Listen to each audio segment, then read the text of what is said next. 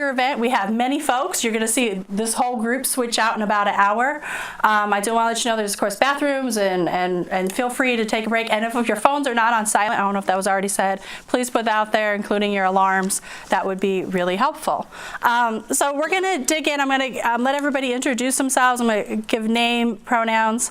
But also, too, this discussion is about two parts. One is who we are as individuals. What is our identities? Whether that is race, sexual orientation, our class, where we live, where we're from, what is important to us. And the second part of the conversation, which Group 2 will particularly speak to, is what parts of us do we feel like we can't fully bring into our communities, whether that is our work, whether that's the queer community, whether that's our faith-based community, our family. Where do we go that we feel like we cannot fully be us, where we have to put aside of ourselves?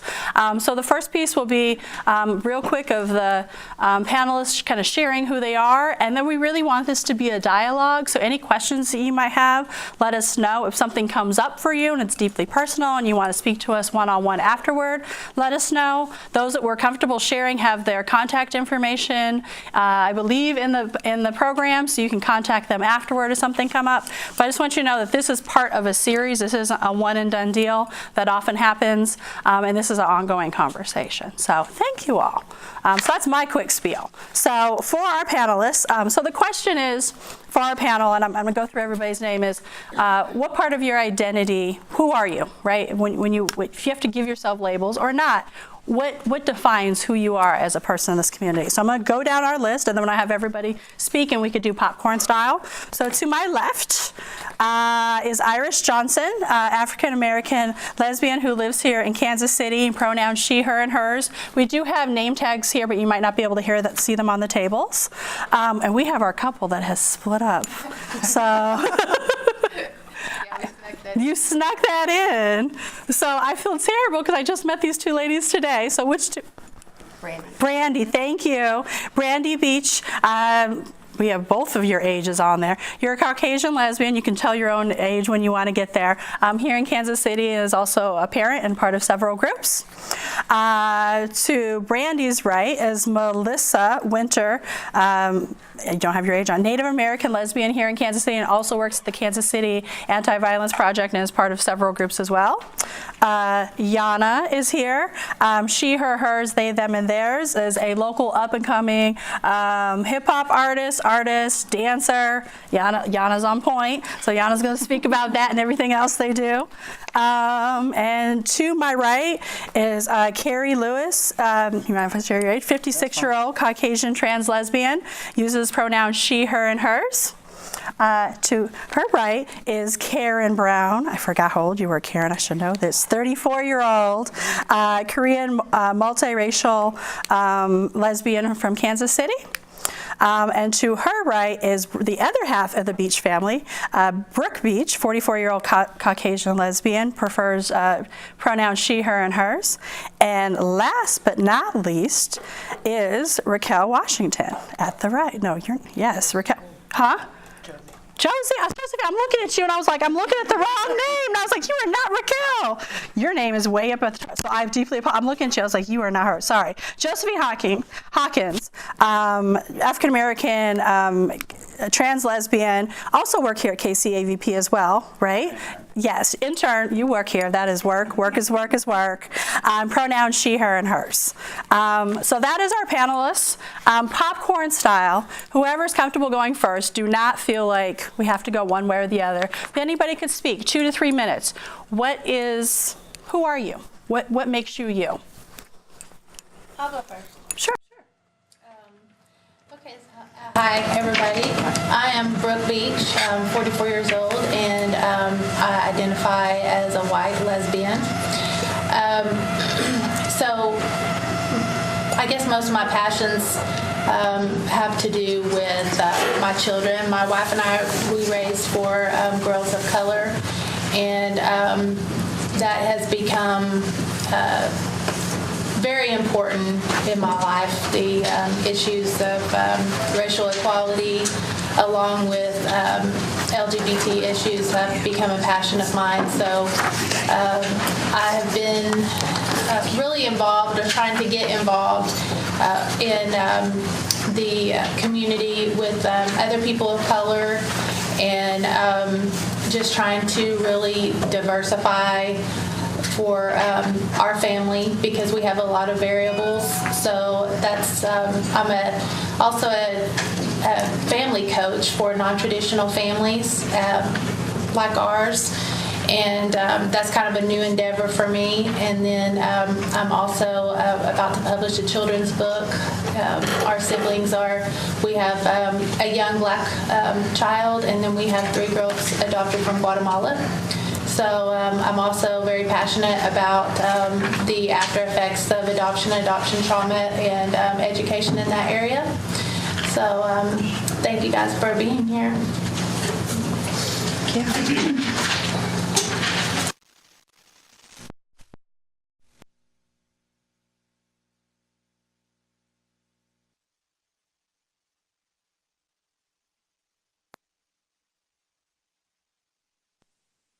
Identity is I'm black, and for me, I evaluate that and try and live that to be a cultural retrieval. In other words, I want to take back and educate people on what black individuals have given to our society. So it's a retrieval with education, not saying that these things should not be used by others than black, but recognize and give credence and honor. And I don't think that's been being done a lot. 63, other than just being old, it allows me to bring a sense of exposure and experience. I talk about the young ones. When you were doing this, when you were born, I was doing this kind of thing. So it helps to kind of balance what they're going to be involved in or be exposed to, maybe give them some heads up. I don't know if they'll listen. That's all right. I didn't either. So being a lesbian for me is a sense of duality, because if you look at me, depending upon the day, is what you're going to see. But at the same time, the first thing you see is that I'm black.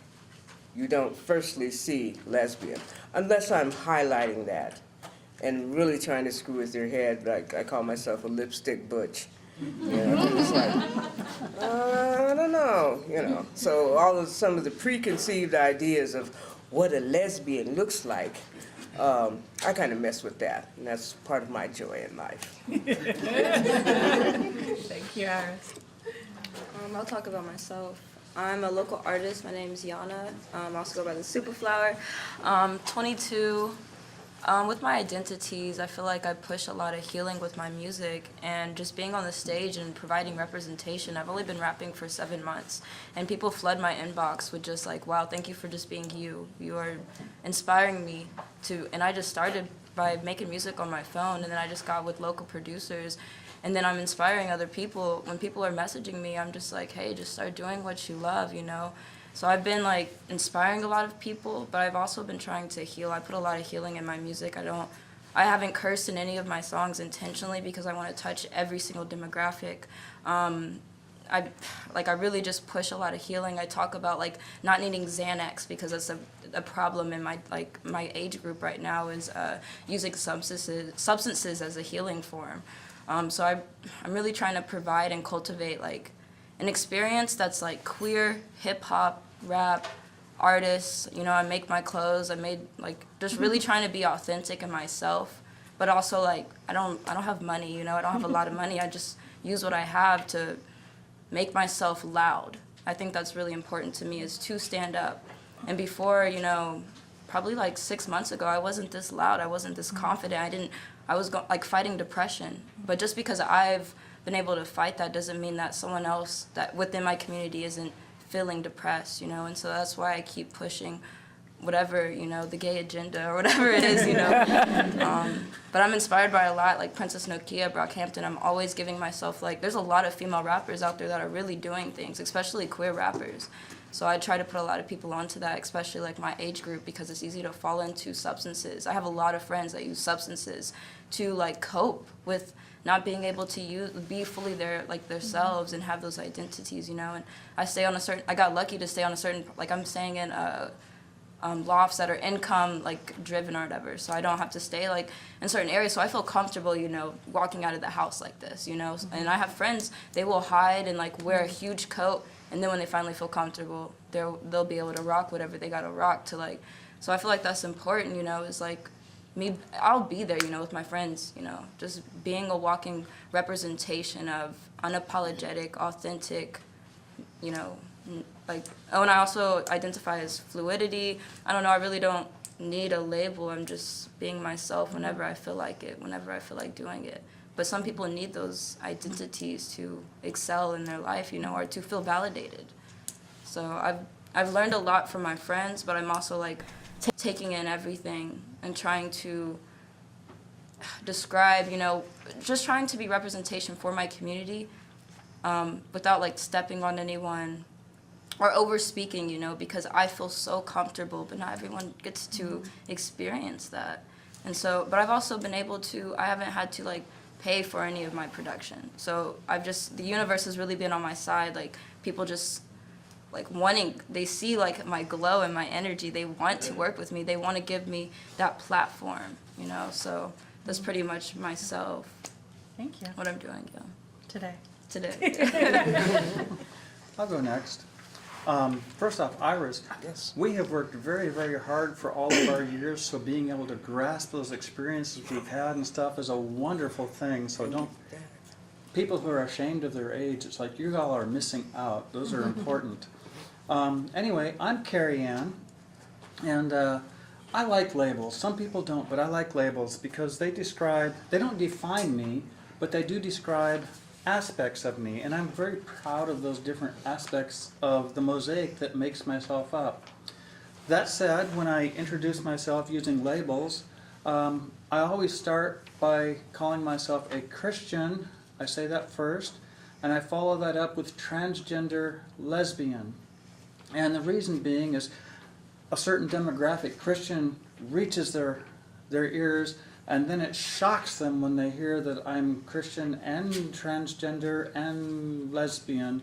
And that gets their attention, which is what I specialize in. I work at the intersection of faith, politics, and I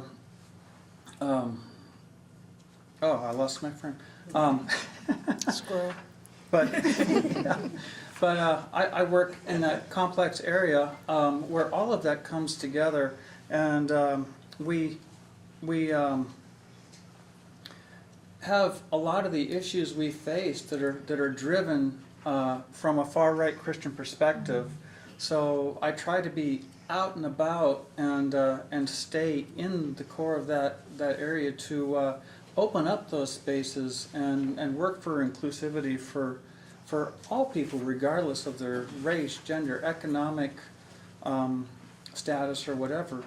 But the things that we run into are issues of how many of you, just think to yourself, how many of you have ever seen a business that identifies as family values or identifies as Christian, and you have a fear of going there?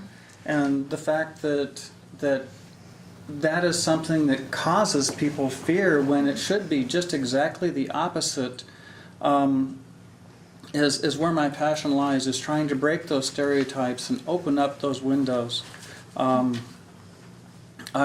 actually come from a family of fundamental ministers and missionaries.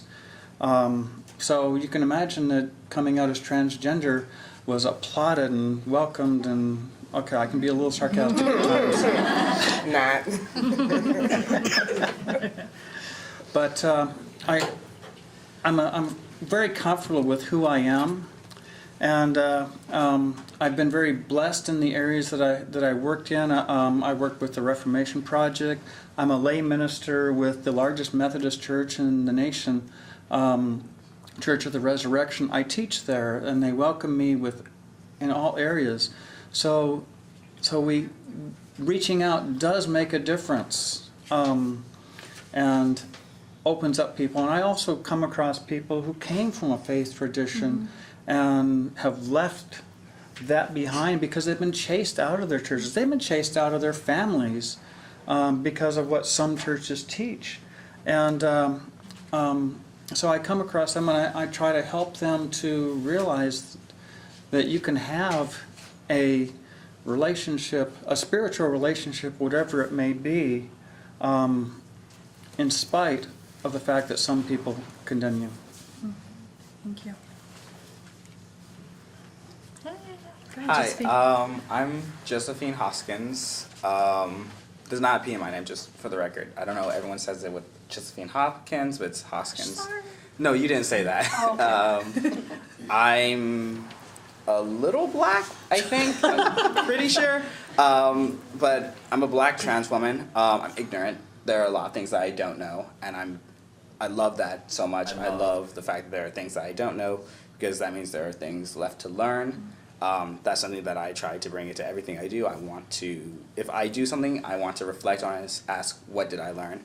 I'm a computer programmer. I'm a lesbian. I'm Muslim. I'm at a lot of half places with my faith, with my identity. For instance, I'm a Muslim, but I say Muslim because sometimes that's the best word for my religion. It's not wholly correct, but it's not wholly incorrect either. So it's just the word that I use. I say I'm a woman, but that's not wholly correct. It's not wholly incorrect either. I will use she, her pronouns. I'll use they, them pronouns. Really, it's just I'm not a man. That's the easiest way to describe my gender. I'm young. I'm only barely 18. If I can get away with it, I'll say that I'm 17 as long as possible. Me too. Yeah, but I love being young, not just because of the whole, I'm not dying yet, and I'm not old, because I love a lot of people who are old. I like, well, okay, that came out wrong, but no. My best friends are old. Yeah, some of my best friends are old. I have a black friend. What I'm saying is I like being young because it gives me a unique perspective in the world. I have a bunch of intersecting identities. I'm a slam poet, and my slam poetry generally focuses on this idea that I'm intersectional, that when you look at Josephine Hoskins, you can't say, this is a black woman, and that just be the end of it, because you can't say Josephine Hoskins is a black woman because you've left out my religion, you've left out the fact that I'm asexual. If anyone's listening at home or in the crowd and doesn't know, asexuality is, I explained it once as, you're all beautiful people. I think humanity is beautiful. I think you're all beautiful.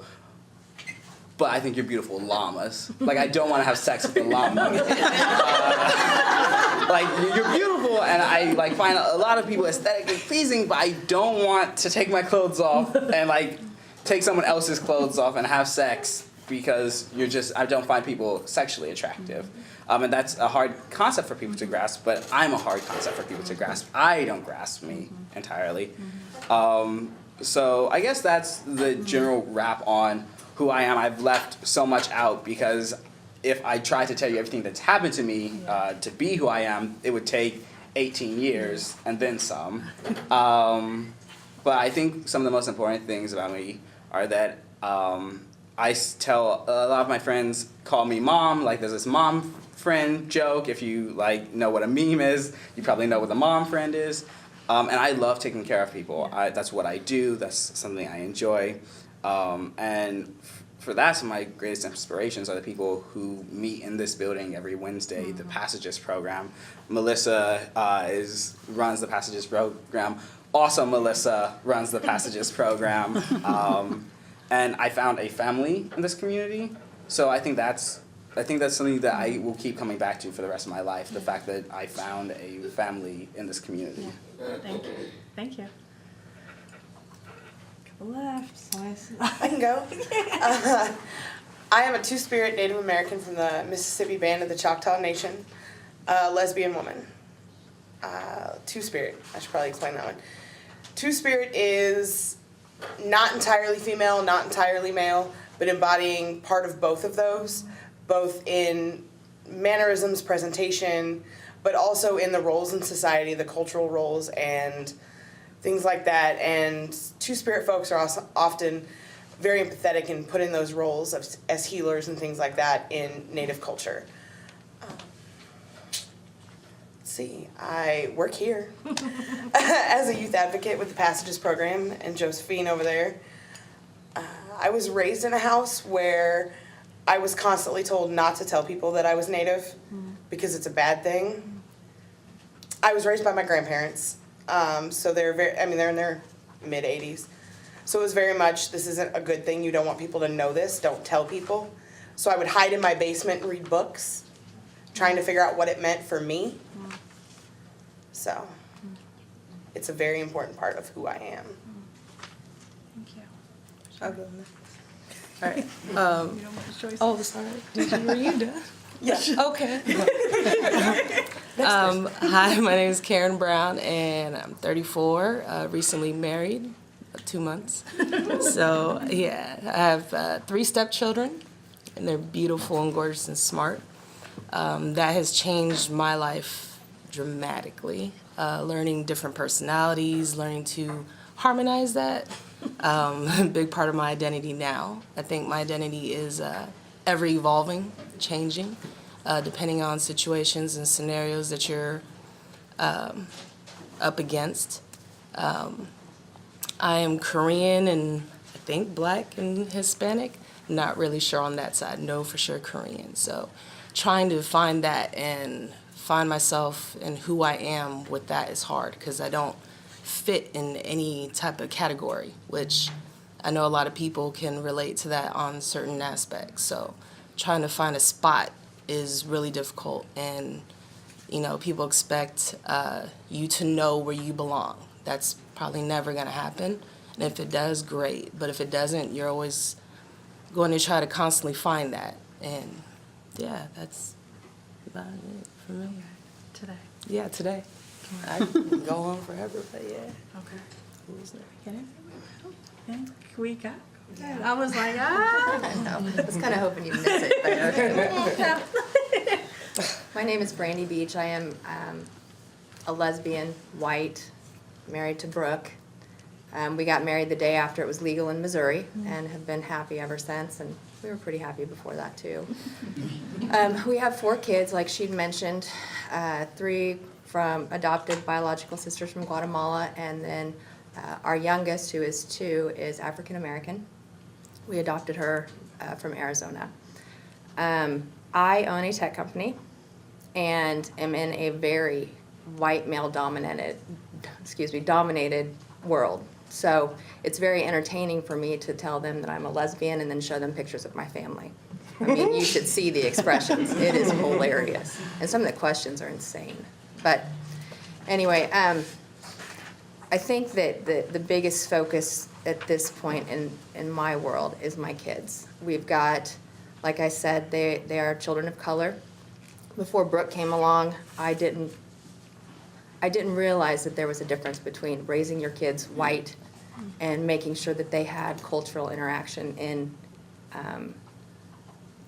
where they came from. So because of Brooke, we are doing a very good job at socializing and making sure that our kids are getting the right, well, within reason, as best we can, cultural,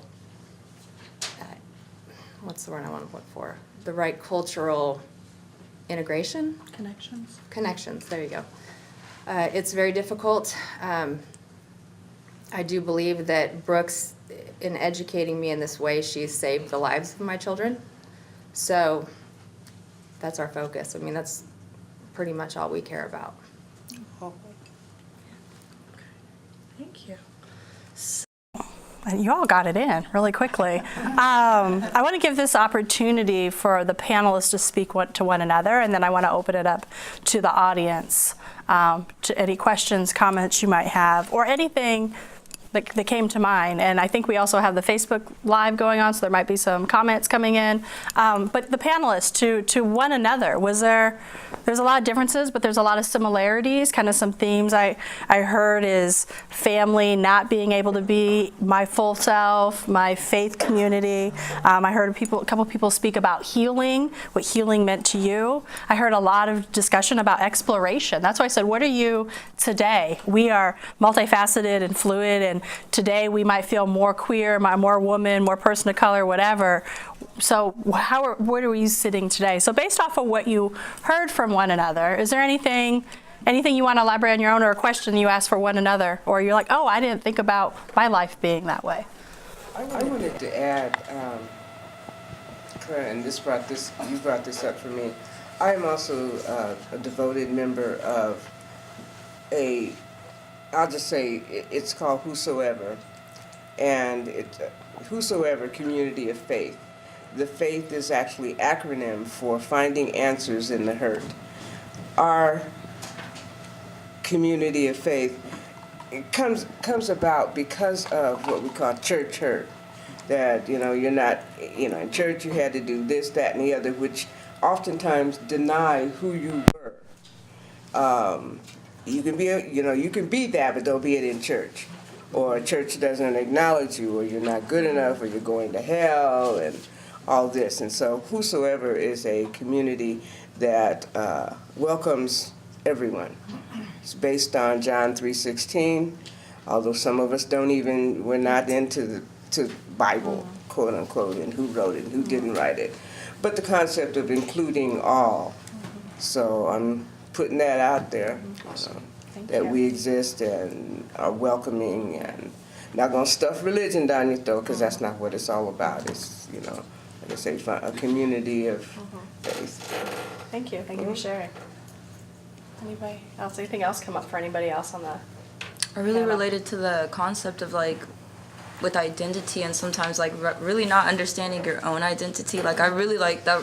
I felt that because you can find something new about your past, or you'll remember trauma, and it just can shake up your whole world.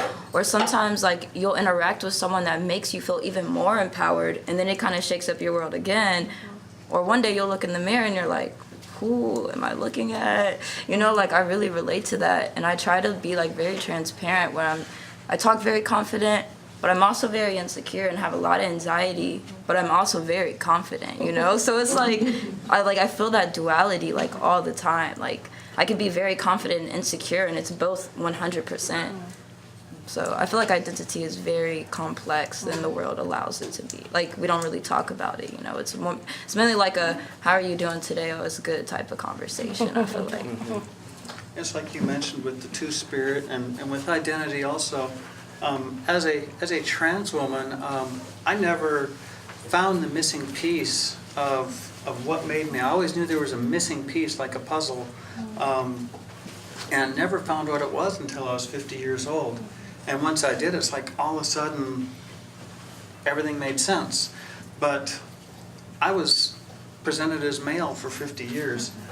I am never going to present 100% as female. There's characteristics that have been ingrained that are always going to be there. And I had a good life as male. A lot of things that I was proud of and happy to have accomplished, and things that if I had been born biologically female, that I may not have experienced. So whatever challenges we come up with life, whatever struggles we go through, there's parts of those that can be used to help define us and help us to live a fully rich and varied life if we just accept them as they are and move forward. Yeah, thank you. Alyssa, I've spent a lot of time with you, a lot of time. It was all wonderful. It was all wonderful. Absolutely, every single, most seconds of it. But I learned something new about you today. Hi, Antonio, I love you. My twin brother just walked in for anyone who can't see him. But something I learned about you today that I didn't know before was that you said a line that really resonated with me, and yes, I'm going to put it into a poem as soon as I get a chance to type something out. As long as I get to hear it. Yeah. But you had to learn what being yourself meant to you. You went down and you read those books, and I've always been a reader. To the detriment of my own eyesight, a lot of the time I would read when it was dark and it wasn't great. But that resonated with me because for a lot of people, we have to go out in search of the right word to find what we are. But at the same time, I resonated with you, Yana, in the sense that when I went out searching for those right words, there was always something close, but just like an inch off. Like these labels were great and they worked, but they weren't everything. They weren't everything that I could have been. So when I was searching for the first time and I found the label asexual, I was like, yes, that's me. Everyone looks like a llama. But I recognized that's not the entirety of what we can explain away as my sexuality. Because there's all these different words that I found. I found a list of things from sapiosexual to just millions of words that I didn't understand at first. And when I went out searching, trying to figure out what it meant to be me, that I think, and it's still an ongoing journey, but I think that's one of my favorite things to do with my kids. And I say my kids, they're not like biologically my kids, because like I don't have any kids. I'm like 18. But not that there aren't parents who are 18, but I didn't have any kids because I'm not interested in raising a kid just yet. But my kids are like the passages kids. I call them my kids, and I love them all. But sitting down with them, and when they ask me, hey, I feel different, I'm not sure what that means. I've always wanted to be the type of person that they could come to with that. And I think that's just this beautiful thing, sitting down and learning to be who we are. I've been having a coughing fit, so y'all keep going. Somebody else. Yes, I'm having a coughing fit, so. I think we've got a question over there. Yay, question. Oh. Question? Anybody in the audience, if you want to chime in or have a question, comment, concern, you can raise your hand. We have a mic, a blue ball that we can throw around, make sure you can catch. And just speak into it. No balls? Oh, okay.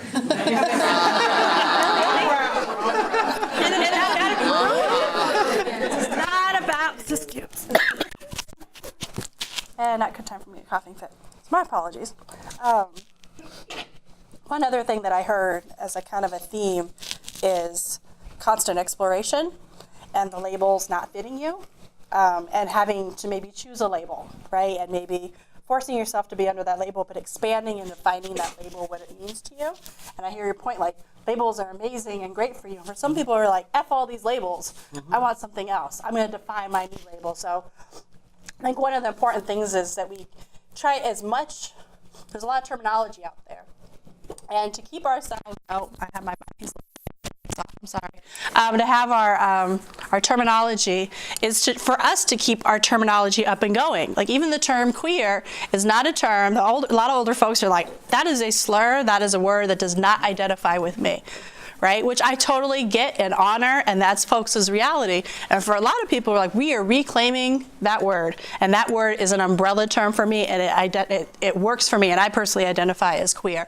And so honoring that, like, that word might not work for you, and you want to, but don't tell somebody that that label doesn't work for them. And I think that often happens is that we want to place a label on somebody else and say, this label is for you, and if it doesn't feel right, that's your problem, right? And so I'm really hearing each and every one of you saying, this is a label that might or might not work for me, but it's working for me now, and it might change, right? I think that's the beauty of our community, is that we allow ourselves, hopefully, the grace that who we are today is not who we're going to be 5 years from now or 10 years from now, and that's okay. Like, we are taking our experiences, that we had a lot of trauma, we had a lot of amazing things, but it made us who we are, and we use that to help inform and grow our community.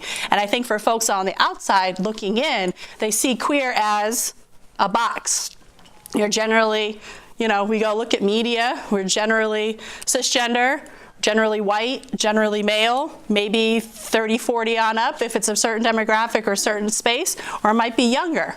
And what does that mean outside of that? Or for me as a black woman, what does that mean for blackness, right? I don't identify as lesbian, identify as queer, for bisexual, for lack of a better term, and I don't like that term, and I don't fit in that lesbian space, right? And what does it mean to expand beyond that, right? To give space for folks that are asexual or gray sexual, because asexual folks are often silenced and kept out of these conversations, the ideas of Well, you don't feel sexually attracted to somebody, therefore why are you part of this community? And this community that we hypersexualized also from the outside, but we also hypersexualize ourselves because that's a space of power, right? And so what does that mean to be able to allow space for all of us? That we uplift one without squashing the other. And I think that's where this community is looking at doing, is there's room for all of us.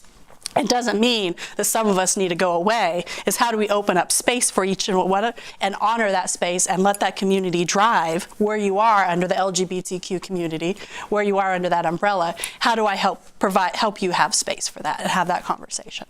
So, is there anything else the panelists wanted to say? And I also wanted to open up to the audience. I think it's piggybacking on your comment. For me, in terms of a passage of time, our initials. Now we're L, I gotta get it down. L, B, whatever we are now, Q, T, I, A. A passage of time is, for me, that in itself shows that, because when I was first saying, okay, this is what I am, it was just lesbian or gay. You know, and we didn't want to say we were gay because that was men. You know, so but now it's, you know, I'm trying to keep up with all the initials, you know, and I don't want to use that as a negative. Because that, for me, I look at it as expansion. But it's like, okay, I don't want to, you know, I don't want to be rude to someone because I didn't get the initials right, you know. And just as we identify ourselves, we don't necessarily want somebody else to identify us. So I just got to, you know, just looking at the way that has grown over the years.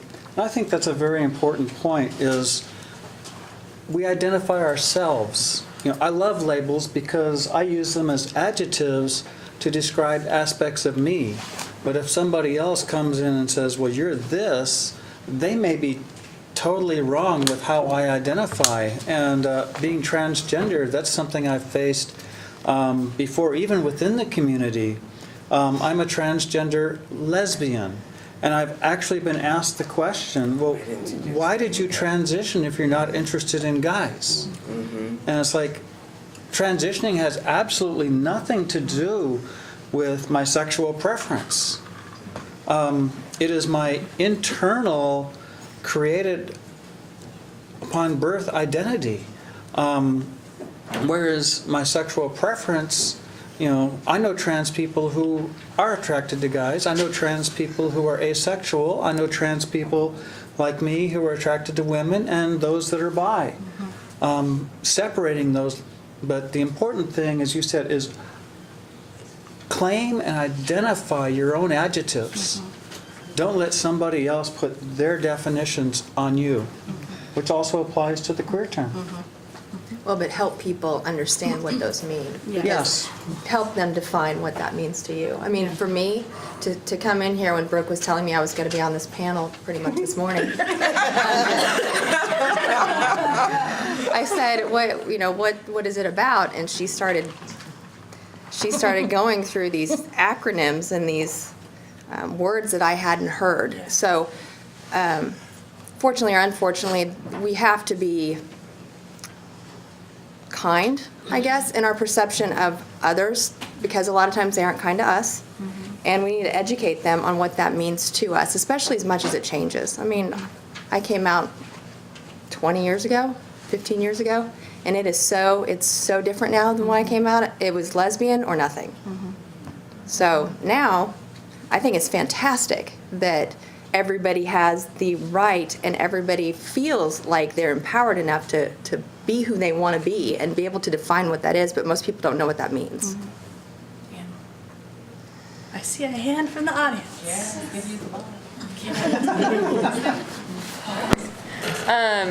Okay, so I'm really glad that you said that, because I'm really interested in hearing from our younger folks on the panel about what. Oh, sorry, I have to talk louder into the ball. Oh my gosh. What am I doing? Okay, hi. Okay, so for the younger folks on the panel, specifically Yana and Josephine, what was the coming out process like for you? Because I would imagine it's probably a little different than what a lot of us may have experienced in coming out 15, 20 years ago, and really feeling the need to have a word to come out with. So how was that maybe different for you or similar for you? Or what was the coming out process like for you, if you feel comfortable sharing? Do you want to go first? I'll go first, because yours is probably a lot different than mine. But so I grew up Christian, and so I actually didn't get to come out. Someone told my mom that I was dating a girl and that I was gonna take her to prom, and then so then she was just like, so then I came out again, and then I was like, you know what, I'm just gonna tell everyone on Facebook. And so that, like, Facebook allowed me to empower myself, and I was just like, here's a picture of my girlfriend and myself, and I was like, I'm gay, happy, like, pride. And that's how, like, you know, like, you're not gonna believe me, like, and, you know, I'm probably gonna share this and they're gonna see that, you know, and I just had to keep, like, I probably will have to keep coming out, you know, as, like, I keep evolving as an individual. And, you know, it's just kind of about me, like, what I'm giving my time to, because I know my mom still loves me, but, you know, like, it kind of messes with her views. And so I think it's kind of about what I have the energy, you know, my own healing, you know, I didn't grow up with parents that were like, yes, go be queer, you know, like, I didn't get, a lot of people, like, do get that experience, and that's just wild to me, you know, like, and also, like, I'm black, you know, so my parents, I had to find other black queer people who grew up Christian for me to be like, what, you went with, like, you dealt with that too? And so that was kind of like my coming out experience. I might have to keep coming out until, like, maybe I'm married. Probably longer. I was at home, sitting on the computer. I was working on a program that I was writing, as I want to do, and my mom came down the stairs, and I had a conversation with myself in my brain, and one part of me said, hey, don't do this, and the other part said, I'm going to do it, and I said, hey, Mom, I'm transgender, and then went back to writing my program. It was that simple. Like, I didn't really feel safe coming out to my mother. She is this traditional Muslim woman, and she thought I was joking. She thought I was, like, joking, so she left. She went to work. Later that night, she texted me, and she asked, wait, were you serious? And I said yes. We didn't talk for a few days. She came back, and she said, I love you. I don't accept this. And that's been and the thing is, I didn't expect her to, but I also realized that it was never about her accepting it. It's like a fact of reality. Like, people don't have to accept gravity. It's still That still is. Oh, yeah, it's still there. So, that was like how I came out to my mom. But I also recognize that for the rest of my life, I'm going to come out. Whenever someone is at my school and I'm presenting masculinely, and someone sees something that says, hey, girl, I come out then. Every time someone recognizes me, I come out then. Every time I introduce myself while I'm not passing, I come out then. And every conversation I've had with someone meeting them for the first time was just me coming out over and over again. For the rest of my life, I'm going to be coming out. And I think that there are some things that are true about coming out, no matter what age or time you came out in. There's going to be apprehension. Sometimes there's going to be fear. There's going to be jubilation when you're accepted. There's going to be disdain when you're not. But what was unique about mine was that I am a weird child and came out 100% on impulse. When I came out to Melissa, though, was the first time I met her. And it was on a piece of paper where I had to sign my name and what are your pronouns. And it was the first time I put my pronouns down on a piece of paper. It was the first time I put my chosen name on a piece of paper. It was also probably to this day the happiest moment of my life. So I guess if that answers your question, I've come out a lot of different ways. I'm going to keep doing that. So I just came out to all of you. Thank you. See another hand up here. Do I have to stand? Okay. So I really resonated with what you said about Like having labels that, like, you feel like are like an inch off or like don't quite completely describe you. And so for me, I know I struggle like validating myself, like even in my like internal dialogue and stuff, like when I don't quite fit exactly into certain spaces. So I don't know, like if any of you have like suggestions on how you deal with like that like internal doubt, because I know a lot of queer people do as like just something that you deal with. Like how do you deal with that, validating yourself, and then like also explaining yourself when you can't even fully like explain yourself to yourself? Like how do you deal with that in like public spaces, talking to other people about it? And yeah, if that makes sense. Art helps me feel validated. Creation, you know. I started with poetry and writing all of my thoughts and like how I felt, and then I started sharing with friends. But like whenever I would just like, a lot of times I contradict myself in my music, and it's just like my dialogue, and then I look at it later, and then I find myself like rapping my music to myself. And so sometimes I create music that I wish I could be, or like the person I could be. So then it's kind of like a mantra. So then I'm like repeating that to myself, and I'm like, da da da da da, like in the mirror. Like if y'all seen Insecure, like when she's rapping to herself and she's trying to be that person she wished she was, like I kind of like, or I'll like watch YouTube videos of people like being who I wish I could be, that confidence, and then I'll kind of just like play in the mirror with that like concept, you know, and just like, because you are with yourself, like no one's around. So I really like use that. Or you know, if I'm starting to go down a hill, you know, I like write things on the wall that like I've told myself, or I start meditating or something, you know, that could be placebo, but the more you do it over and over in that consistency, that's what kind of helped me like break out of my depression and my acceptance and validation. But I feel like I'm validating myself all the time. Like I'm having to like always validate myself and get through that. Like I don't think I'll ever like fully feel validated, but it's like, what's my perspective? Is it the world like that I'm looking for validation? Is it my partner? Is it myself? What is that? Like you know, like what is my validation for, and who is it for? I have a similar background to Yana. I'm also a poet. I found a lot of validation in poetry, but I recognize that not everyone's a poet, not everyone's an artist, and so if you're looking for advice, one thing that I've done a lot, like Yana said, I don't rap to myself, I'll talk to myself. Like, I'll sit down, I generally avoid mirrors, I don't like them, but I'll sit myself down in front of a mirror, and I'll say, I'll start saying, "Hey, Josephine," and I'll tell her, me, everything that I wanted other people to tell me.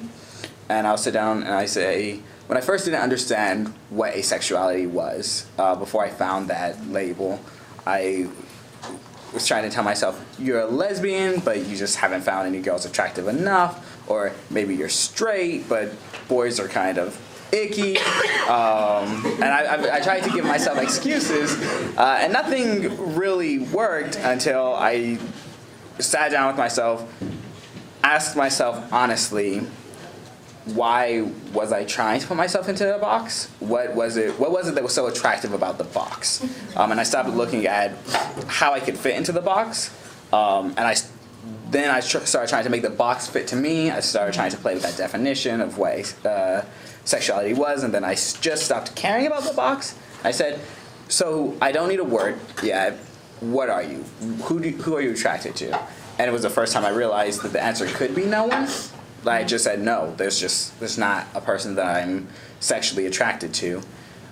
So when I was validating myself, the way I found validation without a label was just recognizing that the label's only as important as it serves a purpose. I say lesbian to people because I am, like, I usually tell people, hey, I'm a lesbian when I'm single, so that all the ladies out there know that, yes, you can approach me because I need a date.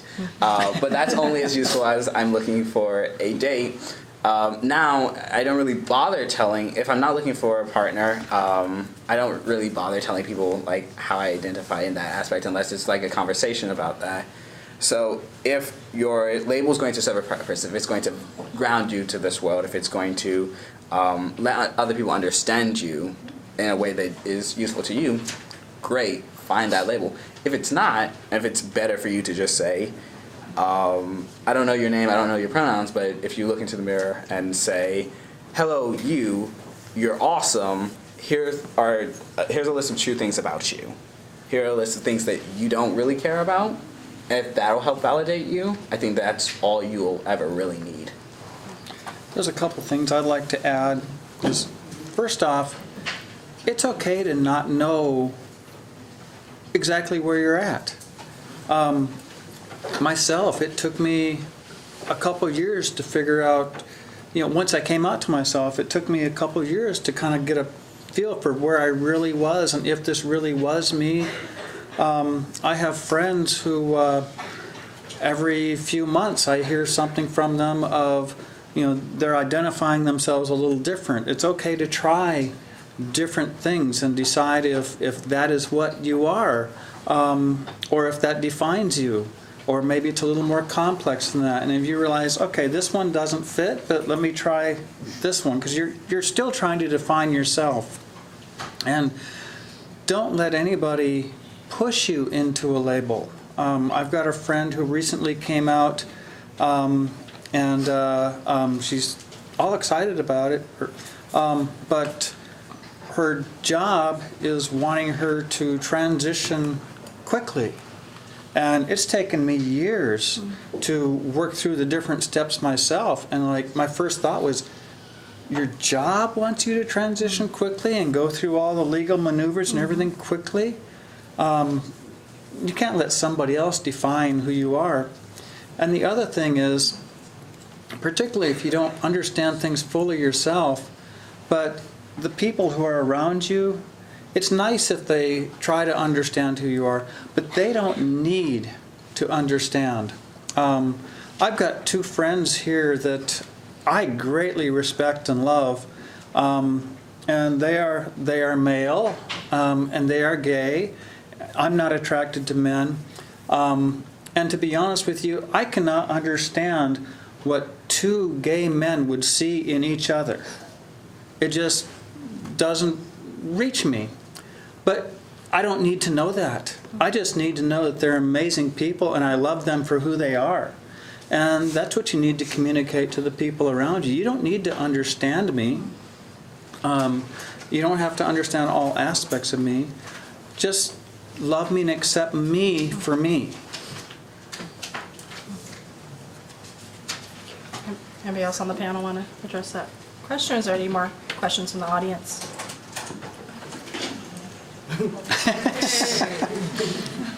It's volleyball. This is it Carrie? I can't have a little later. Yes. For quite some time, you said 50 plus years, you identify as like the most privileged.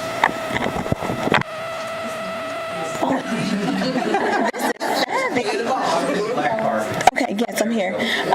For 50 plus years, you identified it with one of the most privileged groups in the United States. Mm-hmm. And so I'm curious to know, like, some of the psychological and emotional like turmoil that you had to go through removing yourself from that most privileged, class here in the United States, being white male. So, and on top of you transitioning, to female or woman.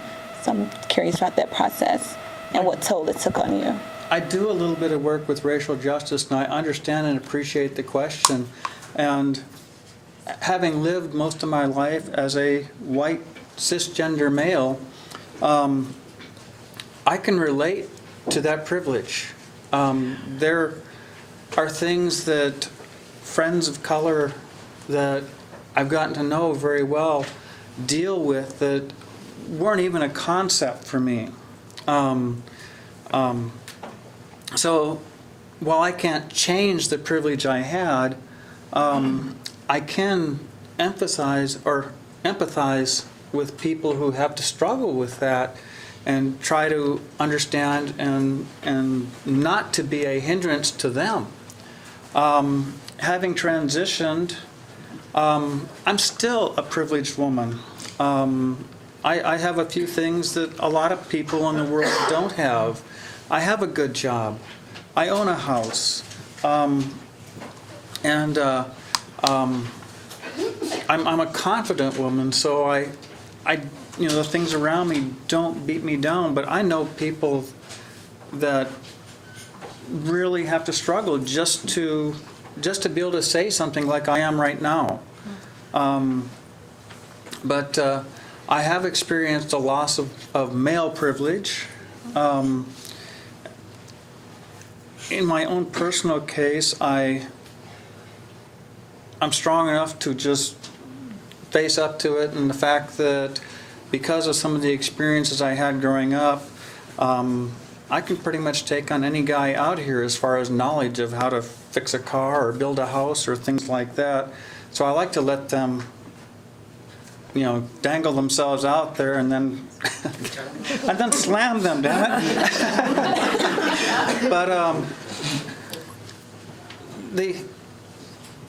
I can't help the privileges I've had other than to acknowledge them and to try and help people who don't have them to gain them, because having white privileges and having that brought out to you is not about losing white privilege. It's about every single person here having the same privileges. And one of my favorite Facebook memes is a picture of 3 boys doing something illegal. They're at a baseball field watching the game over the fence, which means they didn't pay to get in. But the problem with those boys is one of them is really tall, one of them is kind of medium sized, and one of them is short. So the short one and the medium sized one, as it starts out, all they see is the fence. But there happens to be 3 stools there. And so they all stand on a stool, and the tall boy, who could already see over the fence, doesn't see any better. He still sees over the fence. The medium-sized boy can now see over the fence, and the short boy still can't see over the fence. And when you truly get equality, is some people need extra help for whatever reasons to see over the fence. So when you take the tall person and take his stool and give it to the short person, then everybody can see over the fence. And that's what we need to work for, because we've all come from different educational, economic, and racial backgrounds with good and bad things that have come from that we need to do what we can to equalize the playing field so all of us can become what we need to be. Thank you for that. But hopefully that answered your question. We're going to wrap up, and we're actually going to I want to give anybody a last chance. Having some technical difficulties with sound, but we were getting ready to take a break anyway, but I also don't want to completely cut off. There's any last comments that any of the panelists want to share before we take a break for a few minutes and transition? And anybody that didn't speak other than their intro. No pressure. I was gonna say I'd be interested in your music. So make sure you let us know how to. Oh, like right now? Yeah. On something? Okay. Yeah. So I'm Yana. Also, I'm known as the Superflower, so you can follow me on Instagram. I'm working on a project with Duncan Burnett, if you know him. He's an artist in Kansas City, and it's releasing in the next couple months. But it kind of talks about self-love, self-empowerment. I bring up not eating substances like Xanax, to really glow. So that's kind of and I also perform, so all the time. Awesome. Good. And I dance and stuff. Yeah. Any other final? You said I was from Kansas City. Oh, I'm sorry. I live in Leavenworth now. Okay. And I've only been there for about 3 years. Okay. I moved down here. Okay. All right, so if you're in the Leavenworth, there's nothing to connect with folks, but definitely connect across the metro too, right? We have people that are all over the metro, so thank you for correcting me. Just wanted to say something really quick. We have big sticky notes on the wall. You all have sticky notes in your programs. You know what this means. If you could write down, answer those questions, write down your stuff, and just stick it to that wall. We will be evaluating all that stuff. Also, there is a really short health and wellness evaluation. This is how we are able to provide spaces like this and festivals to really have folks be able to have access to resources and services. So if you could fill that out as well too. There is a thought box set up outside. You see the lights and all that stuff. Just answer. They have one little short, quick question for you, some props if you want to utilize those. We definitely could use the feedback, and we will also use that for our promo for Outskrts as well. So if you like some TV time, go ahead and do that. Restrooms are, all gender restrooms are right out those doors to your left. We have some food and refreshments out there. Again, I apologize for the technical difficulties, but we will have that up and going hopefully by our next set of panelists. 15 minutes. And also, so thank you all for our panelists.